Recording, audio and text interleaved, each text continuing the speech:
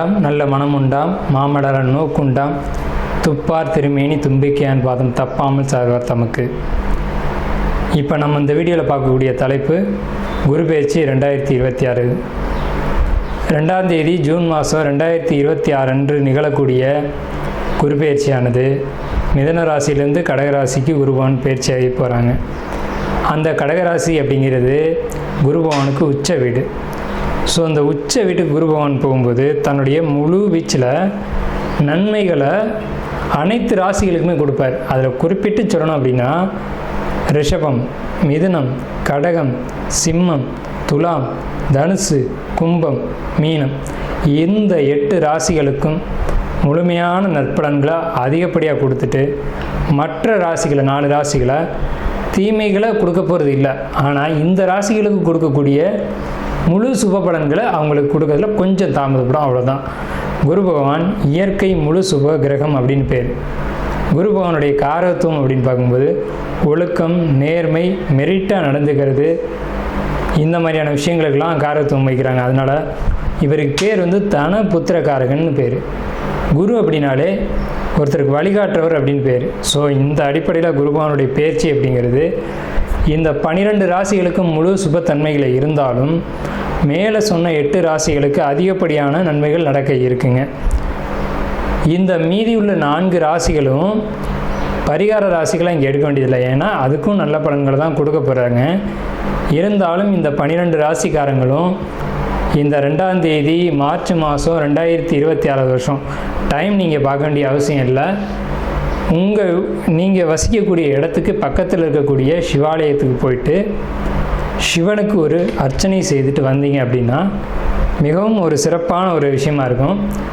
குரு பகவானை வழிபடுறது மூலமாக ஒருத்தருக்கு தனம் கிடைக்கும், கல்வி கிடைக்கும், பொருளாதாரம் கிடைக்கும், சமுதாயம் அந்தஸ்து கிடைக்கும், கௌரவம் கிடைக்கும். நம்ம சொல்கிறோம் இல்லைங்களா, ஒயிட் காலர் ஜாப்னு சொல்கிறோம் இல்லைங்களா, பேங்க்கில் வேலை பார்க்கக்கூடியவங்க, பணத்தை எண்ணக்கூடியவங்க, அழுக்குப்படாமல் வேலை செய்யக்கூடியவங்க, இந்த மாதிரியான விஷயங்களுக்கு காரத்துவம் வைக்கக்கூடியவர் யாருன்னு கேட்டிங்கன்னா குரு பகவான் தான். அதுலேயும் கடகராசியில் குரு வர்றது அப்படிங்கிறது கஜகேசரி யோகம்னு பேர். கஜகேசரி அப்படின்னா 100 யானைகள் சண்டையிட வரும்போது ஒரு சிங்கம் எதிர்த்து போட்டிட்டு அந்த 100 யானைகளையும் விரட்டி தள்ளுறது அப்படின்னு பேர்.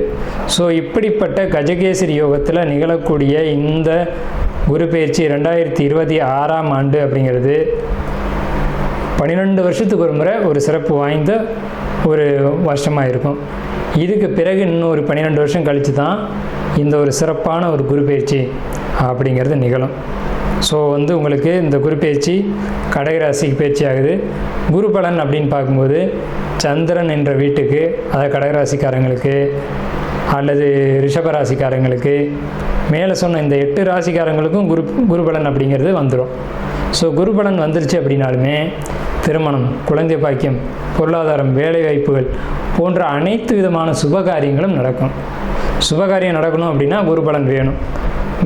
சந்திரன் என்ற வீட்டுக்கு குரு வர்றது, அவர் வீட்டுக்கு சந்திரன் என்ற வீட்டுக்கு 2ஆம் வீட்டில் குரு வர்றது, சந்திரன் என்ற வீட்டுக்கு 5ஆம் வீட்டில் குரு வர்றது, சந்திரன் என்ற வீட்டுக்கு 7ஆம் வீட்டில் குரு வர்றது.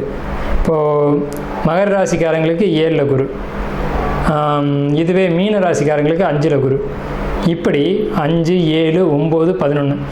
இப்போ அந்த அடிப்படையில் பார்க்கும்போது மீன ராசிக்காரங்களுக்கு 5ல் குரு, தனுசு ராசிக்காரங்களுக்கு அது விழுகாது.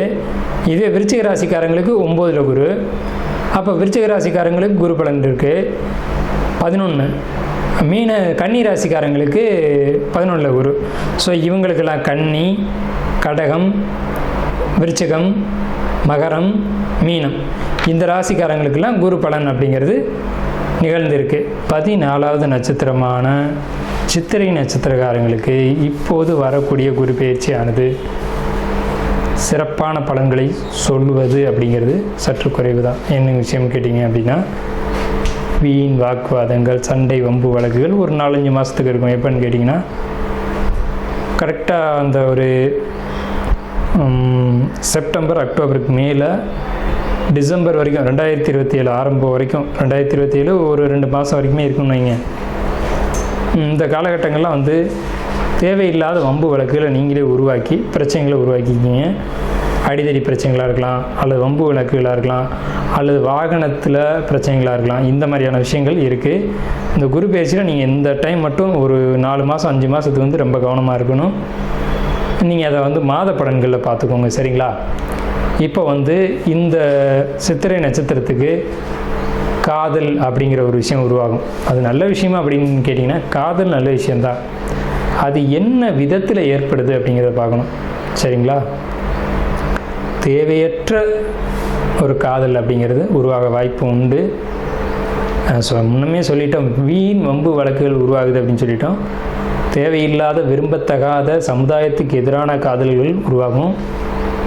அது டீனேஜ் பசங்களாக இருந்தாலும் சரி, வாலிப வயது உள்ளவங்களாக இருந்தாலும் சரி, குடும்பத்தில் உள்ள நபர்களாக இருந்தாலும் சரி, இந்த விஷயங்களை பொறுத்த வரைக்கும் நீங்கள் மனக்கட்டுப்பாடு அப்படிங்கிறது ரொம்ப அவசியம்.